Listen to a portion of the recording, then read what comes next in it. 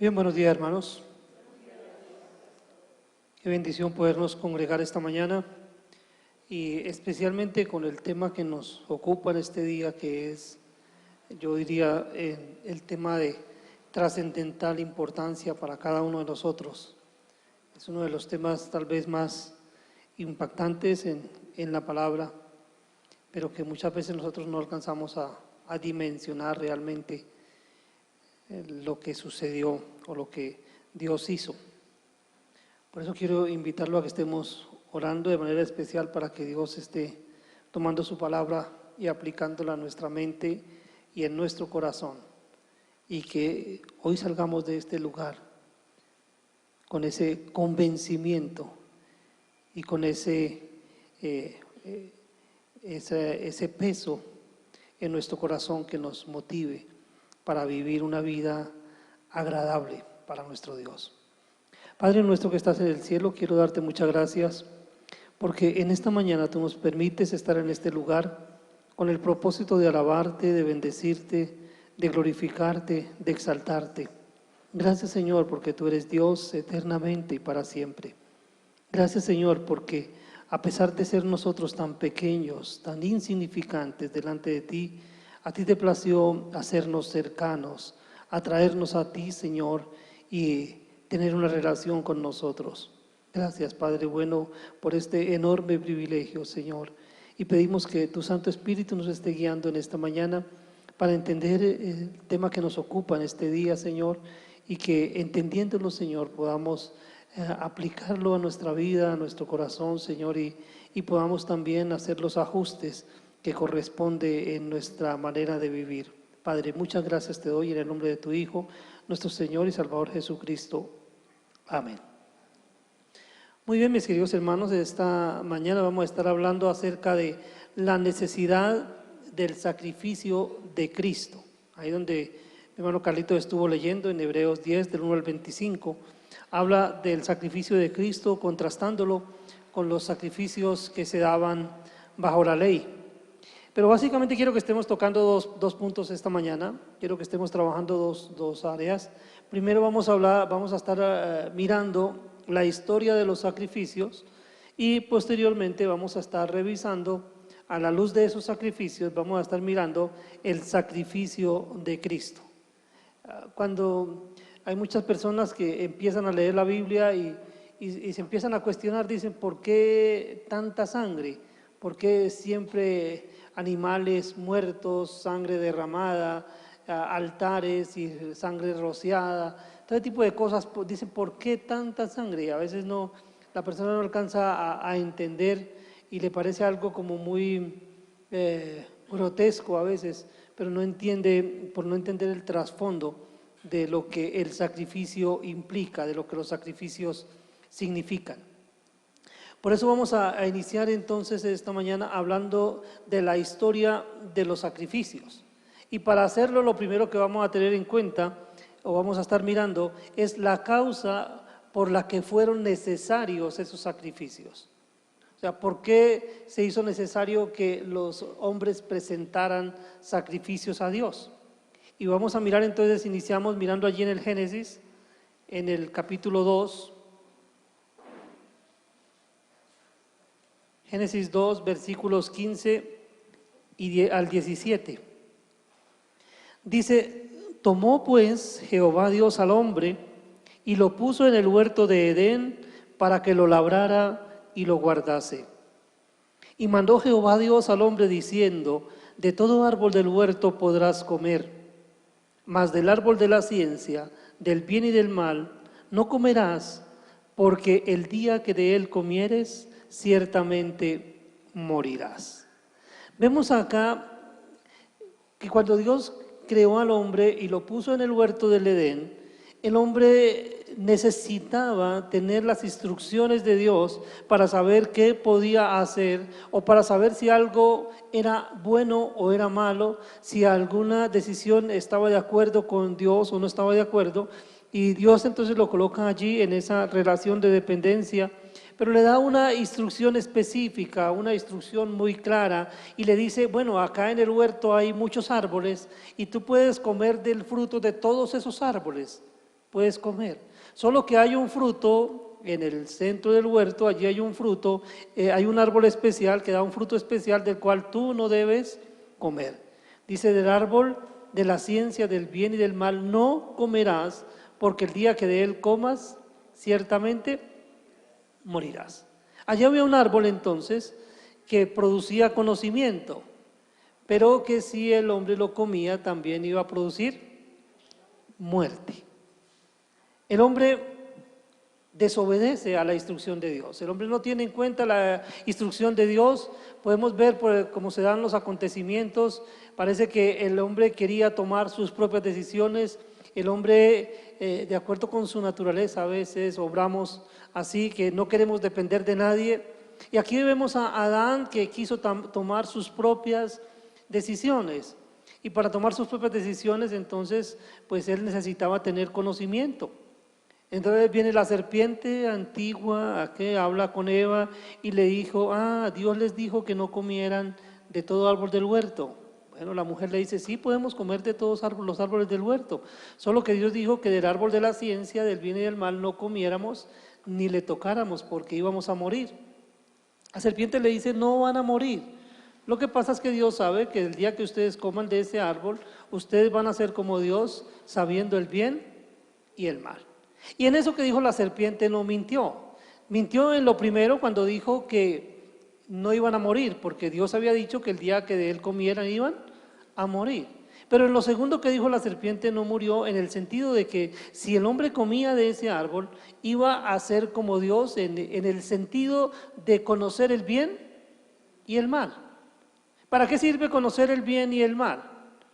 Entonces, sirve para tomar decisiones, ¿cierto? Entonces, para decir yo hago esto o no lo hago. Pero hasta ese momento el hombre, ¿qué tenía que hacer? Sencillamente, si quería tomar alguna decisión, le tenía que preguntar a Dios y tenía que decirle, bueno, Dios, ¿puedo hacer esto o no puedo hacerlo? Y atenerse a lo que Dios le dijera. Pero sencillamente el hombre no quiso depender de Dios y entonces tomó del árbol para tomar sus propias decisiones y comió del árbol que Dios le había dicho que no comiera. Eso entonces es lo que conocemos como pecado y fue la acción del hombre que ocasionó una ruptura en la relación que éste tenía con Dios. La relación de amistad en la cual Dios había colocado al hombre fue rota entonces por causa del pecado. El hombre entonces se esconde. Dios viene y le dice, bueno, ¿dónde estás? Y el hombre dice, bueno, oí tu voz en el huerto y tuve miedo porque estaba desnudo. Entonces el hombre ahora conoce su desnudez, ahora ve esa desnudez como algo malo, siente vergüenza, todo esto viene por causa del pecado. El hombre toma unas hojas de una planta y hace un delantal con el propósito de cubrirse, también hace un delantal para su esposa, tratan de cubrirse. Entonces encontramos aquí una palabra es cubrir el pecado. O sea, esa desnudez física estaba mostrando también su condición espiritual, es decir, su pecado está a la vista. Y de alguna manera entonces al ponerse el traje estaría como diciendo, mi pecado está cubierto. Era como la idea de el hombre tratando siempre de que su pecado no sea visto, que Dios no vea el pecado. Sin embargo, podemos observar cómo Dios de todas maneras Él ha visto el pecado, Él ve la condición en que ellos están y le dice, comiste del árbol de que te mandé diciendo que no comieras. Efectivamente fue lo que el hombre hizo. Y entonces, cuando Dios determina castigarlos al hombre y a la mujer por este pecado, entonces Dios plantea una solución. Vamos a mirar allí en Génesis 3, el versículo 21, una solución temporal a esa necesidad de estar cubiertos por causa del pecado. Y dice el Génesis 3, 21, y Jehová Dios hizo al hombre y a su mujer túnicas de pieles y los vistió. Ahora, ¿por qué Dios quita el traje que ellos se hicieron con hojas de higuera y en su lugar pone un traje hecho con túnicas de pieles? Sencillamente porque Dios le había dicho al hombre y a la mujer, le había dicho al hombre, el día que de él comieres ciertamente morirás. Es decir, la consecuencia de la desobediencia es la muerte. Es lo mismo que el apóstol Pablo escribe a los romanos, la paga del pecado es muerte. Y debía haber muerte. Entonces, cuando él toma las hojas de la planta con la cual hizo el delantal, no hubo muerte. Pero entonces Dios acá está enseñándole también, y entonces toma estos animales, porque lógicamente tuvo que tomar unos animales, sacrificarlos. Hasta ese momento no había muerto ningún animal. Toma Dios esos animales, los sacrifica, toma las pieles de esos animales, y con las pieles de esos animales entonces cubre al hombre, para que éste se sienta entonces ahora que puede estar delante de la presencia de Dios. Dios mismo está entonces cubriendo el pecado de ellos, para que ellos puedan estar delante de su presencia. Y ese concepto de cubrir el pecado se va desarrollando a lo largo de todo el Antiguo Testamento, y ese cubrir es lo mismo que encontramos nosotros, o podemos pensar en esa palabra, la palabra expiación. Cuando usted encuentra la palabra expiar o expiación, es la palabra cubrir, es cubrir. Pero tiene varias connotaciones. Una es el cubrir con betún, por ejemplo, lo que hizo Noé cuando Dios le dijo que fabricara el arca y que tomara brea y le calafateara el barco por dentro y por fuera, era cubrir, o sea, tapar las endijas para que el agua no entrara. Entonces, es lo mismo. Entonces Dios plantea una manera o un mecanismo a través del cual el pecado pueda ser cubierto. Solo que estos mecanismos que Dios plantea tienen un efecto sobre el pecado pasado. O sea, yo pequé, por ese pecado presento el sacrificio y ya se soluciona ese problema, pero mi naturaleza está afectada. Ahora yo soy un hombre pecador y vuelvo otra vez a pecar, y se necesita otro sacrificio. Entonces fue necesario, los sacrificios se hicieron necesarios por causa de la desobediencia del hombre. Dios proveyó una solución inicialmente allí con Adán y Eva, mostrándoles que ellos merecían morir, pero que en su lugar murieron estos animales, de los cuales Él tomó la piel y los cubrió en sustituto, o sustituyéndolos a ellos en la muerte. Entonces, esos animales que murieron para que Dios tomara las pieles y los cubriera, fueron el sustituto para que ellos no tuvieran que morir, el reemplazo para que ellos no tuvieran que morir. Luego vemos los sacrificios, cómo se desarrollan en el Antiguo Testamento. Aún antes de la ley podemos ver sacrificios. El primero de estos lo encontramos en Génesis 4, versículo 4. Bueno, Génesis 4, versículo 4, dice: y Abel trajo también de los primogénitos de sus ovejas, de lo más gordo de ellas, y miró Jehová con agrado a Abel y a su ofrenda.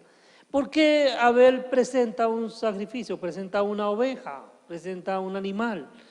Sencillamente porque Abel está reconociendo que él es un hombre pecador, que por ser pecador merece la muerte, que el pecado ha generado esa muerte, esa separación con Dios, pero que Dios ha diseñado un recurso, o ha establecido un recurso a través del cual el hombre, si quiere, puede presentarse delante de él, pero para que el hombre pueda hacerlo tenía que haber muerte, tenía que haber un sacrificio. Abel entonces lo reconoce, lo acepta y lo hace de esa manera. A veces uno se mata la cabeza: ¿y por qué Dios miró con agrado la ofrenda de Abel y en cambio no le agradó la ofrenda de Caín?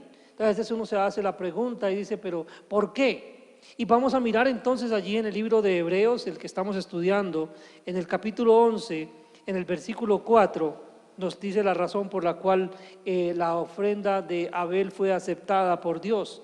Dice Hebreos 11, 4: por la fe Abel ofreció a Dios más excelente sacrificio que Caín, por lo cual alcanzó testimonio de que era justo, dando Dios testimonio de sus ofrendas, y muerto aún habla por ellas. Entonces, la diferencia entre el sacrificio o la ofrenda que presenta Abel y lo que presenta Caín es que Abel presenta con fe. ¿Pero qué significa presentar con fe? Significa que Abel presenta creyéndole a Dios. Abel le está creyendo a Dios, porque eso es fe. Fe es creerle a Dios, y es entender que Dios acepta las cosas como a Él le parecen y no como a nosotros nos parece. Vimos, ya lo hizo con Adán y Eva. A ellos les pareció que podían cubrirse tomando hojas de higuera y haciéndose un delantal, pero Dios dijo: no es así, tiene que haber muerte, y por eso toma los animales, los sacrifica y hace un delantal para cada uno de ellos. Igual ahora vemos aquí a Caín pensando que puede acercarse delante de Dios y con una ofrenda. De pronto tomó las mejores auyamas que consiguió, las mejores mazorcas, no sé qué conseguiría. De pronto él escogió lo mejor y pensó, dijo, yo puedo agradar a Dios. Y presenta eso a Dios. Sin embargo, a Dios no le agradó porque no había muerte, no había un sacrificio. Porque Abel no estaba reconociendo su condición, no estaba reconociendo que era un hombre pecador y que por ser pecador merecía la muerte y que Dios aceptaba un sustituto. Y entonces vemos cómo el sacrificio que presenta Abel sí es aceptado, sencillamente porque Abel sí cree lo que Dios ha establecido, sí entiende lo que Dios le ha estado enseñando, y entonces él reconoce su condición, que es pecador, que merece la muerte, pero que Dios acepta un sustituto, y entonces por eso toma este animal y lo lleva y se lo presenta a Dios. Ese es el sacrificio entonces de Abel. Pero vemos también luego, más adelante, otro sacrificio, otra persona presentando sacrificio, y es a Noé. Cuando ya termina el diluvio, vamos allí a Génesis 9, versículos 20 al 22. Génesis 9, versículos 20 al 22.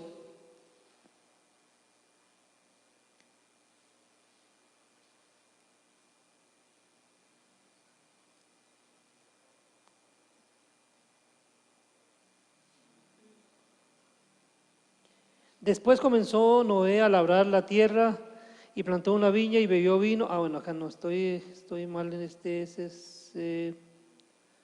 disculpe, creo que tengo mal la cita.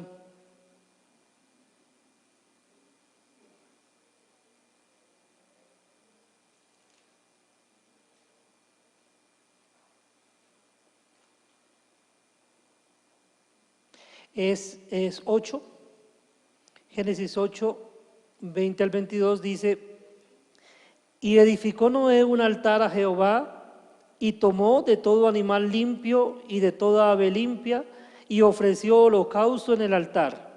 Y percibió Jehová olor grato y dijo Jehová en su corazón, no volveré más a maldecir la tierra por causa del hombre, porque el intento del corazón del hombre es malo desde su juventud, ni volveré más a destruir todo ser viviente que he hecho. Mientras la tierra permanezca, no cesarán la sementera y la siega, el frío y el calor, el verano y el invierno, y el día y la noche. Vemos a Noé presentándole un sacrificio a Dios. Cuando Noé toma de todo animal limpio y le presenta a Dios, ¿qué está reconociendo Noé? Ahora, es más evidente para él. ¿Qué ha sucedido con el resto de la humanidad? Solamente hay allí 8 personas vivas. Noé, su esposa, sus 3 hijos y sus esposas. Y ahora Noé tiene ese, delante de él tiene ese paradigma. ¿Por qué murió toda esa gente? Por el pecado. La paga del pecado es muerte. Todos murieron. Ahora Moisés puede estarse preguntando, ¿y por qué yo no morí? Si yo soy igual de pecador que los otros. ¿Y sus hijos por qué no murieron? ¿Y las esposas de sus hijos por qué no murieron? Igual de pecador. Y entonces Noé tiene la oportunidad también de reconocer que él es un pecador, y luego cuando baja del arca, entonces toma animales limpios y los ofrece en sacrificio, reconociendo que aunque él es pecador y merece la muerte, igual que los otros que ya murieron, Dios acepta un sustituto y por eso presenta un sacrificio a Dios. Un sacrificio que lo reemplaza a él, que lo sustituye a él también en la muerte. Entonces mueren estos animales en lugar de Noé. Y luego dentro de la ley se desarrolla también el sistema de sacrificios que nosotros podemos observar más adelante. Vamos a ver al Levítico, el capítulo 1. Levítico capítulo 1, versículos 1 al 4. Llamó Jehová a Moisés y habló con él desde el tabernáculo de reunión, diciendo, habla a los hijos de Israel y diles, cuando alguno de entre vosotros ofrece ofrenda a Jehová, de ganado vacuno u ovejuno haréis vuestra ofrenda. Si su ofrenda fuere holocausto vacuno, macho sin defecto lo ofrecerá. De su voluntad lo ofrecerá a la puerta del tabernáculo de reunión delante de Jehová y pondrá su mano sobre la cabeza del holocausto y será aceptado para expiación suya. ¿Qué observamos ahí? Entonces hay una instrucción para cuando una persona quisiera presentarse delante de Dios por su pecado, entonces tenía que llevar un animal y sacrificarlo. Dice, pondrá su mano sobre la cabeza del holocausto del sacrificio y lo degollará. O sea, al poner la mano sobre la cabeza del animal, ¿qué estaba significando? Estaba diciendo, yo soy pecador, pero este animal va a llevar mi pecado. Y este animal ahora va a morir en reemplazo mío. Y dice la palabra acá que el animal hará expiación. Al morir ese animal, entonces el animal servía para cubrir el pecado que esa persona hubiere cometido. Ese tenía que hacerlo cada persona que pecaba, entonces tenía que presentarse delante de Dios al tabernáculo de reunión, se presentaba allí, llegaba, los sacerdotes lo recibían, el pecador cogía el animal, lo sacrificaba y el sacerdote, el que estuviera de turno, tomaba la sangre del sacrificio y la llevaba adentro y la ofrecía, porque la sangre, entonces es importante, cuando usted ve que se está derramando sangre, en el Antiguo Testamento cuando habla de derramamiento de sangre, cuando dice que su sangre fue derramada, está diciendo que su vida fue puesta. O sea, derramamiento de sangre significa muerte. Entonces, cuando dice que se derramó sangre, significa ¿qué? Que murió. No está hablando de una herida que me hice de pronto en un dedo picando las cebollas y entonces me corté el dedo y salió sangre. No, es la sangre que fue derramada porque el animal murió, fue degollado y su sangre fue derramada y entonces está muerto. Entonces observamos ahí cómo se dieron cómo Dios estableció un sistema a través del cual cada persona que pecaba entonces reconocía su condición de pecador, tomaba un animal, lo llevaba al santuario, sacrificaba el animal, derramaba la sangre del animal y entonces Dios aceptaba ese sacrificio para que cubriera el pecado de la persona que presentaba ese sacrificio. Pero también existía un día especial para el pueblo, o sea, como pueblo existía y todavía existe entre el pueblo judío lo que se conoce como el Yom Kippur, ¿cierto? O el día de la expiación. Es la fiesta judía tal vez más importante y vemos acá en el Levítico capítulo 4, vamos a leer Levítico 4:3 y 5:15. Dice: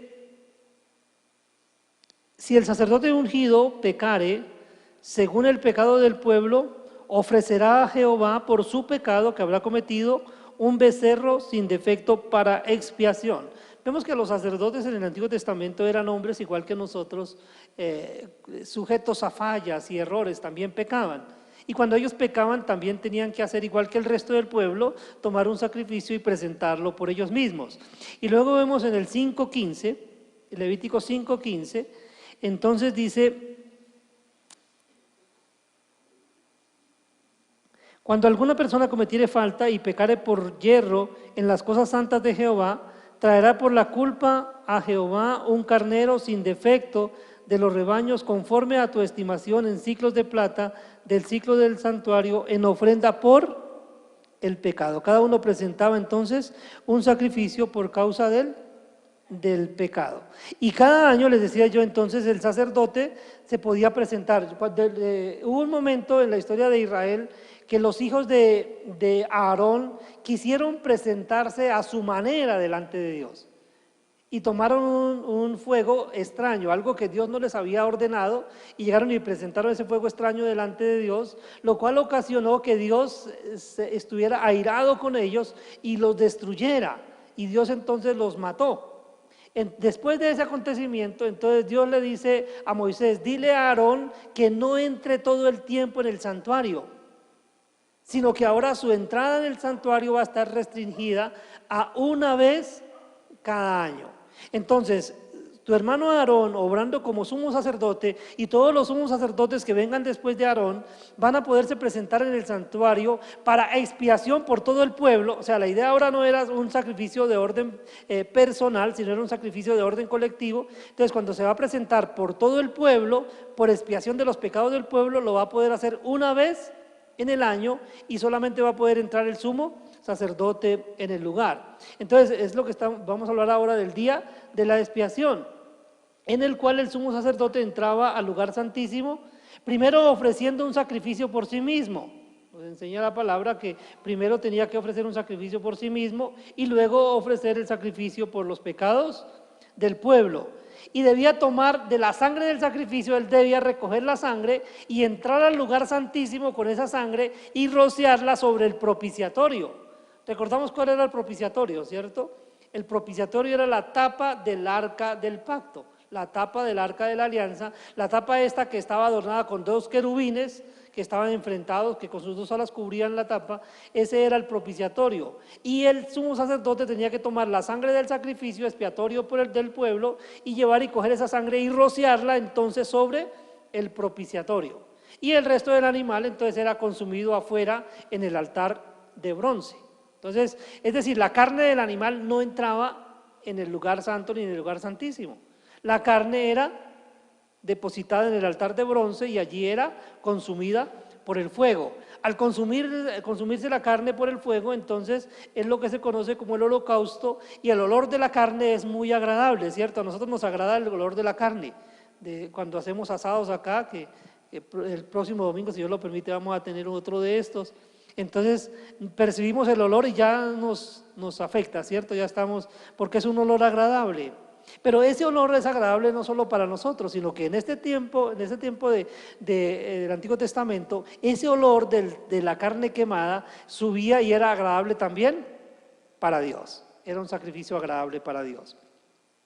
Entonces, pero ese sacrificio solamente se debía presentar una vez en el año y se presentaba como expiación, es decir, para cubrir los pecados que había el pueblo cometido durante todo ese año.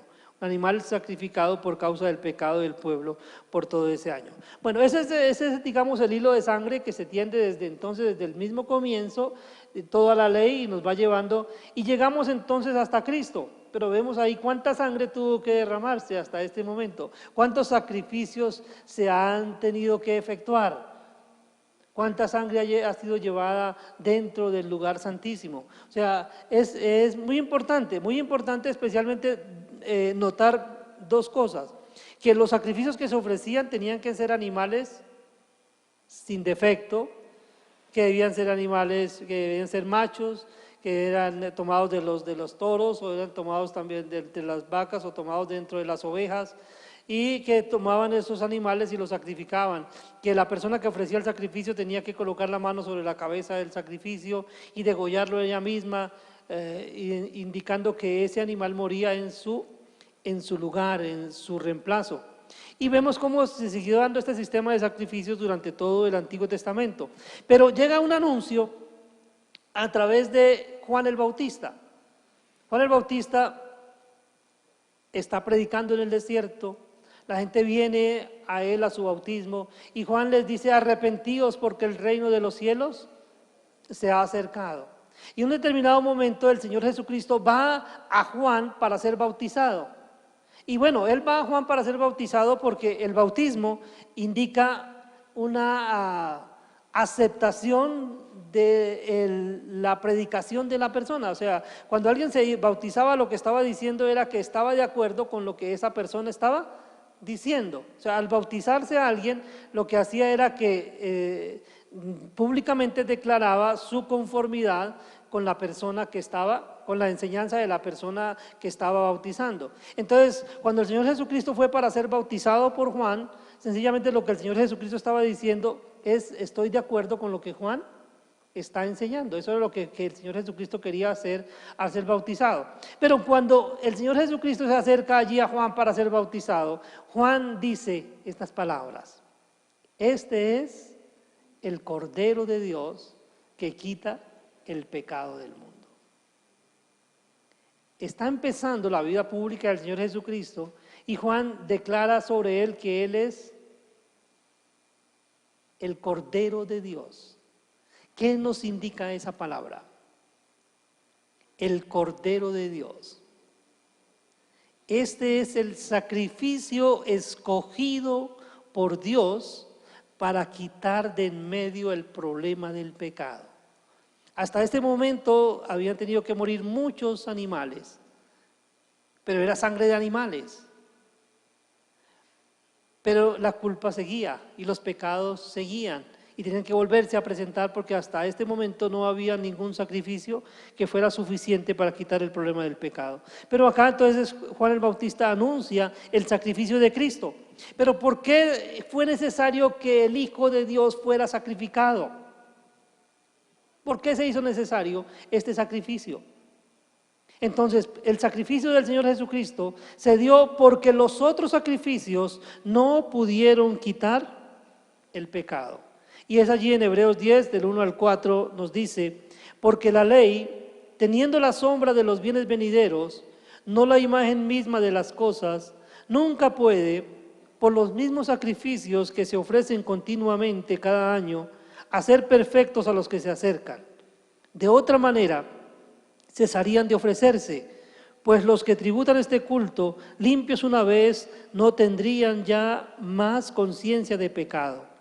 Pero en estos sacrificios cada año se hace memoria de los pecados, porque la sangre de los toros y de los machos cabríos no puede quitar los pecados. Entonces notamos algo interesante. El sacrificio de Cristo se dio porque los otros sacrificios no pudieron quitar el pecado. Y no pudieron quitar el pecado sencillamente porque esos sacrificios solo eran sombra de lo que vendría. Esos sacrificios no pudieron hacer perfectos a los que se acercaban. La gente se acercaba y presentaba ese sacrificio, pero no eran perfeccionados por ese sacrificio, no eran purificados definitivamente. Y dice, porque si hubieran sido efectivos esos sacrificios para purificar a los que se acercaban, pues una vez limpios no tendría que presentarse otro sacrificio. Pero como no eran efectivos de esa manera, como no quitaban definitivamente el problema de pecado, tenía que volverse a presentar otro sacrificio. Y así cada año tenía que presentarse el sumo sacerdote delante de Dios en el santuario para presentar ofrendas, sacrificios expiatorios por todo el pueblo. Entonces por eso se hizo necesario que el sacrificio del Señor Jesucristo. Los otros no pudieron quitar el pecado, pues solo servían para hacer memoria del pecado. Es decir, cuando los hombres tomaban un sacrificio y lo ofrecían delante de Dios, lo que les servía a ellos era solamente para reconocer delante de Dios, o sea, acordarse de que habían hecho algo que ofendía a Dios, que habían pecado y que por ese pecado tenían que presentar un sacrificio, pero solo servían para eso, para hacer memoria del pecado. Y dice, pues la sangre de los animales no puede quitar el pecado. La sangre de los toros y de los machos cabríos no quita el pecado. Entonces, el problema es que esa sangre no servía para quitar el pecado. Servía para hacer expiación, o sea, para que el pecado fuera cubierto. Pero una cosa es cubrir el daño y otra cosa es quitar el daño. Entonces, los sacrificios de animales, ¿qué hacían? Cubrían el daño. Pero el sacrificio de Cristo se presenta para quitar el problema, quitar el pecado, no para cubrir el pecado. Él entonces tenía que ser presentado este sacrificio para que el pecado fuera quitado de en medio, el obstáculo entre Dios y los hombres fuera quitado de en medio. Hasta este momento el pecado seguía siendo un obstáculo a pesar de que morían cada año los animales, pero seguía siendo un obstáculo en esa relación del hombre con Dios. Y entonces el sacrificio de Cristo se dio por voluntad del Padre. Vamos a ver allí en Hebreos 10, 5 al 9, dice, por lo cual, estando en el mundo, dice, sacrificio y ofrenda no quisiste, mas me preparaste cuerpo. Holocaustos y expiaciones por el pecado no te agradaron. Entonces dije, he aquí que vengo, oh Dios, para hacer tu voluntad. Como en el rollo del libro está escrito de mí, diciendo primero, sacrificio y ofrenda y holocaustos y expiaciones por el pecado no quisiste ni te agradaron, las cuales cosas se ofrecen según la ley. Y diciendo luego, he aquí que vengo, oh Dios, para hacer tu voluntad. Quítalo primero para establecer esto último. Entonces vemos que ese sacrificio de Cristo se dio por voluntad del Padre, quien quiso prepararle cuerpo. A ver, interesante ese texto aquí, mire. Dice, sacrificio y ofrenda no quisiste, mas me preparaste cuerpo. Concuerda con lo que Dios le dice al pueblo de Israel por medio de los profetas: vuestros sacrificios, ofrendas, lunas nuevas y días de reposo me son abominación, no los quiero, los tiene aborrecidas mi alma, dice el Señor. O sea, Dios se cansó de ese pueblo que presentaba sacrificios, pero seguía haciendo lo mismo. Por eso llega la ley a ser ineficaz, porque el hombre sigue haciendo lo mismo, sigue pecando, sigue ofendiendo a Dios. Entonces Dios dice: como ya no te agradaron, dice el Señor Jesucristo acá, como ya no te agradaron los sacrificios y las ofrendas, entonces me preparaste cuerpo. Es decir, el Padre hizo que su Hijo tomara un cuerpo humano, que su Hijo se hiciera hombre. ¿Y para qué se hizo hombre? Para servir Él en su condición de hombre como el sacrificio perfecto. Ya no un sacrificio que solamente cubre el pecado, que hace expiación por el pecado, sino un sacrificio definitivo que quita el pecado del mundo. Y entonces aquí podemos entender lo que predicó Juan el Bautista: este es el Cordero de Dios que quita el pecado del mundo. Y quita el pecado del mundo, ¿por qué? Sencillamente porque su sangre sí es efectiva para quitar el pecado, porque su muerte sí fue efectiva para dar al hombre la victoria sobre el pecado. Porque el Señor Jesucristo, cuando estaba en la cruz del Calvario y estaba muriendo, dice: consumado es. La obra que me diste que hiciera, la he terminado. He hecho lo que tú me encargaste. He muerto en lugar, en reemplazo de todos los hombres. El Señor Jesucristo murió para reemplazarlo a usted y para reemplazarme a mí. Usted y yo merecíamos morir en la cruz del Calvario, porque usted y yo cometimos pecado, usted y yo le fallamos a Dios, usted y yo ofendimos a Dios. Y por esa ofensa que cometimos contra Dios, entonces había separación entre Dios y nosotros. Por esa ofensa, por ese pecado suyo y por ese pecado mío, nacimos separados de Dios. Estábamos separados de Dios, y eso significa que estábamos muertos espiritualmente. Pero Él entonces envió a su Hijo para que naciera de mujer y viviera una vida perfecta, y habiendo vivido una vida perfecta, fuera entregado por el pecado suyo y por el pecado mío, reemplazándonos, sustituyéndonos. Es lo que Él hizo: murió en lugar suyo, murió en lugar mío, murió en reemplazo de usted y murió en reemplazo de mí. Usted y yo debimos haber muerto en esa cruz, pero Él tomó nuestro lugar y murió por nosotros para que usted y yo no tuviéramos que morir. Y ese sacrificio entonces fue suficiente, nos dice aquí el autor de la carta a los Hebreos. Veamos versículos 10 al 14. Dice: en esa voluntad somos santificados mediante la ofrenda del cuerpo de Jesucristo, hecha una vez para siempre, una sola vez para siempre. Y ciertamente todo sacerdote está día tras día ministrando y ofreciendo muchas veces los mismos sacrificios que nunca pueden quitar los pecados. Pero Cristo, habiendo ofrecido una vez para siempre un solo sacrificio por los pecados, se ha sentado a la diestra de Dios. De ahí en adelante, esperando hasta que sus enemigos sean puestos por estrado de sus pies, porque con una sola ofrenda hizo perfectos para siempre a los santificados. Con una sola ofrenda hizo perfectos para siempre a los santificados. Es decir, Cristo no murió solamente por su pecado de ayer, sino que murió por su pecado de hoy y por su pecado de mañana. Para siempre. No necesitamos que vuelva a presentarse ningún tipo de sacrificios. En este sistema de sacrificios del Antiguo Testamento, usted presentaba hoy un sacrificio por su pecado de ayer, pero si volvió a pecar, tenía que volver a presentar otro sacrificio. Pero ahora, con el sacrificio de Cristo, su pecado de ayer fue quitado del medio, el de hoy también, pero el de mañana también. Solo que hay aquí algo muy interesante, porque alguien podría decir: bueno, si mi pecado de mañana ya fue perdonado, entonces pues voy a pecar mañana, ¿qué importa? Sí, porque alguien puede pensar de esa manera. Y de hecho el Señor Jesucristo lo plantea. Entonces, ¿qué pues diremos? ¿Perseveraremos en el pecado para que la gracia abunde? Dice la palabra. Dice en ninguna manera, porque los que hemos muerto al pecado, ¿cómo viviremos aún en él? Entonces nosotros hemos recibido un sacrificio que fue suficiente porque ese sacrificio quitó de en medio el pecado. Es decir, el pecado ya no tiene poder sobre nosotros. El pecado no se enseñorea de nosotros.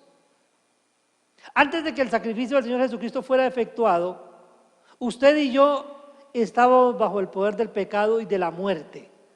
Y lo único que podíamos hacer era pecar. Pero cuando el Señor Jesucristo tomó nuestro pecado y puso nuestro pecado sobre Él en la cruz del Calvario y murió por nosotros, entonces nosotros fuimos librados del poder del pecado. Cuando Él muere en la cruz del Calvario, ¿qué hizo? Le quitó el poder que el pecado tenía sobre nosotros. Y entonces nosotros ya no tenemos por qué obedecer al pecado. Usted y yo no tenemos por qué pecar, porque no es la única opción que tenemos. O sea, está ahí la posibilidad de que pequemos, pero no necesariamente vamos a claudicar. De hecho, no es lo que Dios quiere. Porque mire,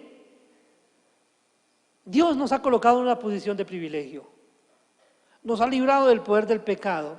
Pero a veces nosotros somos tan necios que nos acercamos al pecado. Mire, Dios nos coloca en una posición arriba.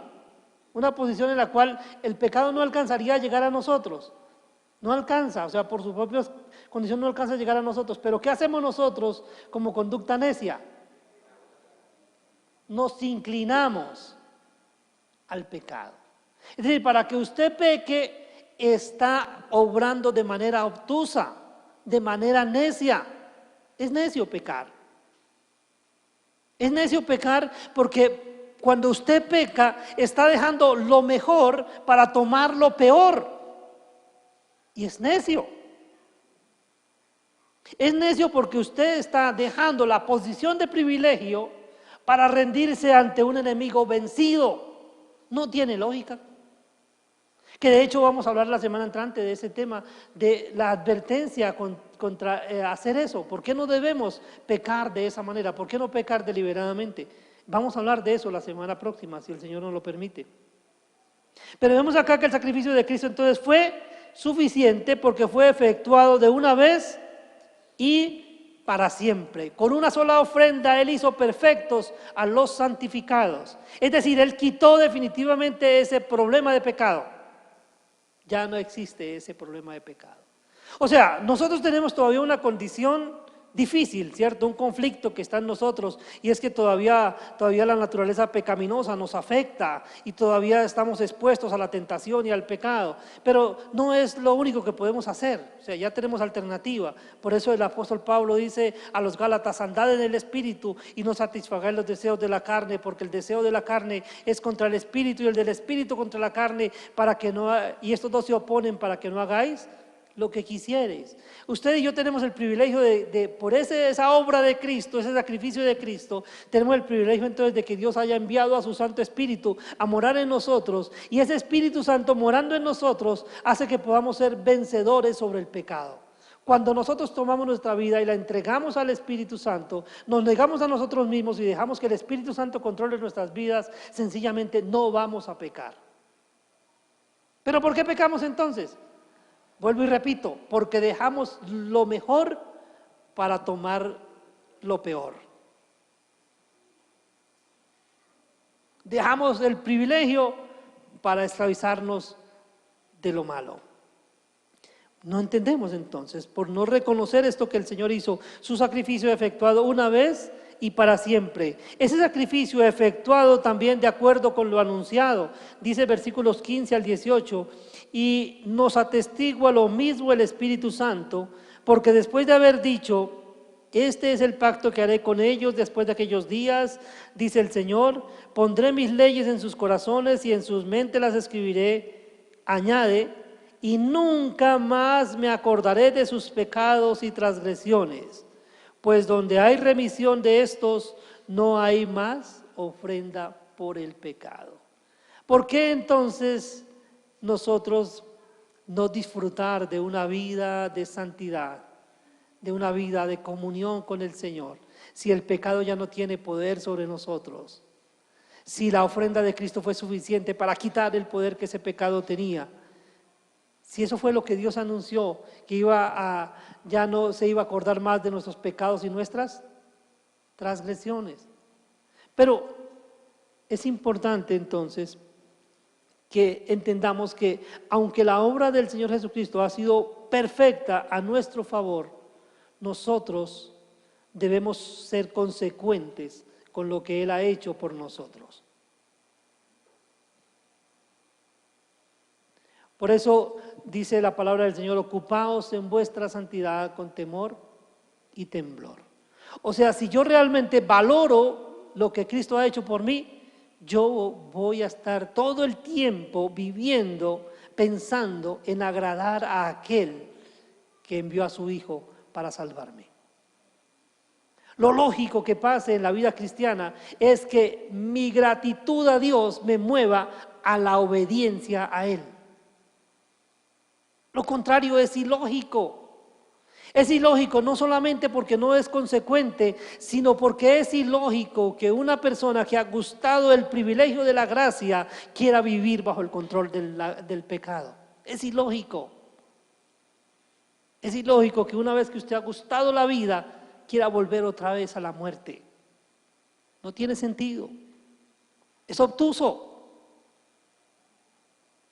Es una mente nublada. Y la mente del cristiano no es así. La mente del cristiano está en la luz. Dice que nosotros tenemos la mente de Cristo para que pensemos como Él piensa. ¿Sí?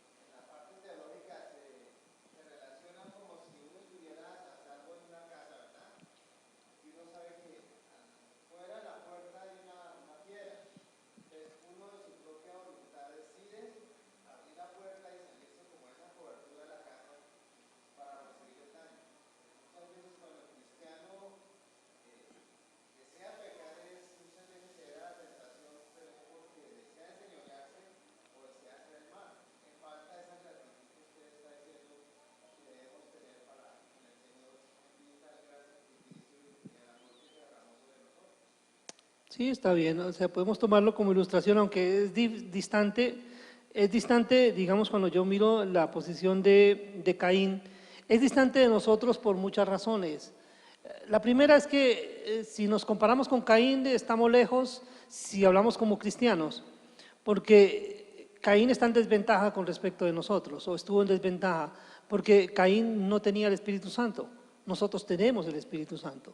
Entonces, de hecho, si nosotros obramos como Caín, es aún más necio, porque tengo un elemento especial en mi vida que me lleva a la santidad y lo desprecio. O sea, ¿cómo se me ocurre a mí tener un elemento especial en mi vida que me lleva a la santidad y lo desprecie? Pero más aún, ¿cómo teniendo ese elemento y cómo entendiendo que para que yo tuviera ese elemento en mi vida, Dios tuvo que pagar un precio tan alto? O sea, porque está bien, en el sistema de sacrificios del Antiguo Testamento, usted toma un animal y usted tenía más animales. Ellos tenían más animales, tenían más ovejas, tenían más toros, tenían más animales que sacrificar. Pero aquí viene Dios, nuestro Dios, el dueño de todo el universo, y tomó a su único hijo, el único hijo, y lo toma y lo entrega en sacrificio por usted y por mí. Por eso, mi querido hermano, si usted se está debilitando, si usted se siente confundido con respecto de su fe, sencillamente cierre sus ojos y piense en lo que Dios ha hecho por usted. Piense en el Hijo de Dios. Piense en el Hijo de Dios pendiente de una cruz. Y piense, el Hijo de Dios estuvo ahí en esa cruz porque usted merecía estar ahí. Él no merecía estar ahí. Usted y yo merecíamos estar ahí, pero Él tomó nuestro lugar. Murió por nosotros. Tal vez no lo entendamos, pero Nicodemo no lo entendió al comienzo. Usted puede leer allí en Juan 3, una conversación entre Jesús y Nicodemo, y Jesús le dice a Nicodemo, porque como Moisés levantó la serpiente en el desierto, es necesario que el Hijo del Hombre sea levantado. Nicodemo no entendió. Nicodemo sabía lo que había pasado en el desierto, sabía que el pueblo de Israel se había sido rebelde en contra de Dios y que Dios había determinado entonces matarlos y empezaron a morir muchos. Dios envió serpientes ardientes en medio de ellos, las serpientes los mordían y empezaban a morir muchos, estaba muriendo mucha gente del pueblo de Israel. Y entonces Moisés va y habla delante de Dios: Señor, por favor, no los mates, Señor, mira, perdónalos, no acabes con este pueblo. Bueno, intercede, porque era el oficio de Moisés. Y entonces Dios le dice: está bien, Moisés, no los voy a matar, pero entonces tú vas a tomar y vas a fabricar una serpiente de bronce, la vas a colocar sobre un palo y la vas a colocar en un lugar alto, y ahora cada hombre del pueblo de Israel, cuando sea mordido por la serpiente y no quiera morirse, pues hombre, que mire a la serpiente, y si mira a la serpiente no va a morir. Nicodemo no entendió en ese momento eso, pero cuando Nicodemo ve al Hijo de Dios, cuando Nicodemo va a la cruz del Calvario y ve al Hijo de Dios en una cruz, y Nicodemo piensa: como Moisés levantó la serpiente en el desierto, así es necesario que el Hijo del Hombre sea levantado. Y Nicodemo ve al Hijo del Hombre en la cruz, y entonces Nicodemo entiende que él debía creer en lo que el Hijo de Dios le había dicho. La fe obra especialmente entonces cuando vemos al Hijo de Dios en la cruz del Calvario, por su pecado y por mi pecado. Y disfrutamos entonces de los beneficios que trae ese sacrificio. Sacrificio perfecto. Dice que el Hijo de Dios se hizo hombre, 100% hombre, sometido a tentación, igual que nosotros. Él fue sometido a tentación, las mismas tentaciones que usted tuvo y que yo tengo, con la diferencia de que Él nunca pecó. Él nunca pecó, sin pecado. Y sin haber pecado, Él fue colgado, fue crucificado como un culpable, siendo inocente. Pero era necesario porque alguien tenía que pagar la cuenta. Alguien tenía que pagar la cuenta, y Él lo hizo por nosotros. ¿Entendemos entonces, hermanos, la necesidad del sacrificio de Cristo? ¿Fue necesario que muriera? Si Él no hubiera muerto, ¿tendríamos libertad del poder del pecado? No. Si Él no hubiera muerto, ¿tendríamos la esperanza de vivir sin la presencia del pecado? Tampoco. Pero gracias a su sacrificio hoy tenemos libertad del poder del pecado y de la muerte. Y gracias al sacrificio del Hijo de Dios, del Señor Jesucristo, usted y yo podemos acercarnos confiadamente al trono de la gracia para alcanzar misericordia y hallar gracia para el oportuno socorro. Usted y yo tenemos libre acceso a la presencia de Dios mismo para hablar